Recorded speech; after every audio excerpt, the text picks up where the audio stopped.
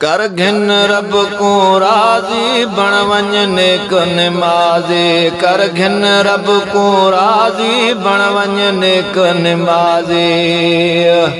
ओ नियत साफ़ जो सही मौला माफ़ करे सही मालिक माफ़ी दे सही दुनिया धोखे बाजी कर घिन रब को राजी बण वञ नेक निमाज़ी हो ए जवानी डूड जानी काई खबर कानी हली वैसी पूरी थी सी तेरी जिंदगानी ए जहान इंसान आखिर है फानी ए जवानी डूडी जानी काई खबर कानी हली वैसी पूरी थी सी तेरी जिंदगानी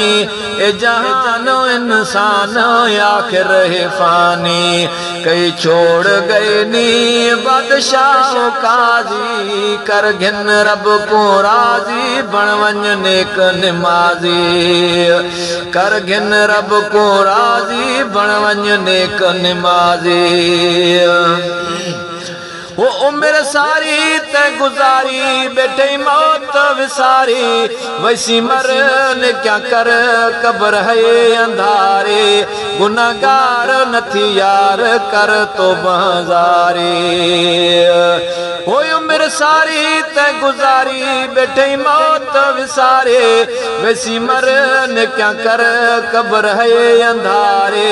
गुनाहगार नथी यार कर तो बाजारे कान्ही चंगी का रब दी नाराज़ी कर घिन रब को राजी बण वञ नेक निमाज़ी कर घिन रब को राजी बण वञ नेक निमाज़ी वो घुर खैर न कर देर चा चंगे तू पेर पुछा सख्त बदबख्त बचे से न ब्या केर बण बंदा नथी गंदा कढ मन विचों मेर वो घुर खैर न कर देर चा चंगे तू पेर पुछा सख्त बदबख्त बचे सही न ब्या केर बण बंदा नथी गंदा कढ मन विचों मेर तेरी होवे हर दम निवड़त नियाज़ी कर घिन रब को राजी बण वञ नेक निमाज़ी कर घिन रब को राजी बण वञ नेक निमाज़ी हो सकरात शुरुआत थई जे हो सकरात शुरुआत शुरू थई जे महल घर भाती सारे साथी परेशान बिल्कुल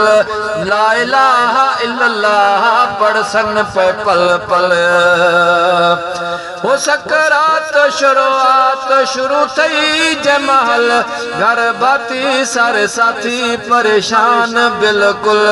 ला इलाहा इल्लल्लाह पढ़ सन पे पल पल कर तो बाहर हर छोड़ कम में जाजे कर घिन रब को राजी बण वञ नेक निमाज़ी कर घिन रब को राजी बण वञ नेक निमाज़ी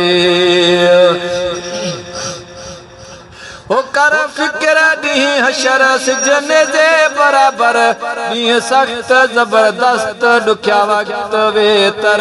परेशान इंसान मैदान माशर हो कर फिक्र ॾींहुं हशर सिजन जे बराबर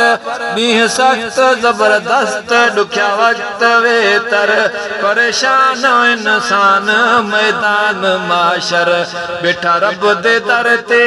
कर प्या तो हाज़ी कर घिन रब को राजी बण वञ नेक निमाज़ी कर घिन रब को राजी बण वञ नेक निमाज़ी हो कर त्यारी बार बारी असई लुंड वारे ये अमल युनि महल बण संसारे बेड़ा पार थिसियार छोड़ दुनियादारे हो कर त्यारी बार बारी असी लुंड वारे ये अमल उन्हीं महल बण सन सवारे बेड़ा पार थी सयार छोड़ दुनियादारे अजमल मुजाहिद थी मर्द गाजे कर घिन रब को राजी बण वञ नेक निमाज़ी हो कर घिन रब को राजी बण वञ नेक निमाज़ी नियत साफ़ जो होसी मौला माफ़ करे सी मालिक माफ़ी देसी दुनिया तोखे बाज़ी कर घिन रब को राज़ी बण वञ नेक निमाज़ी।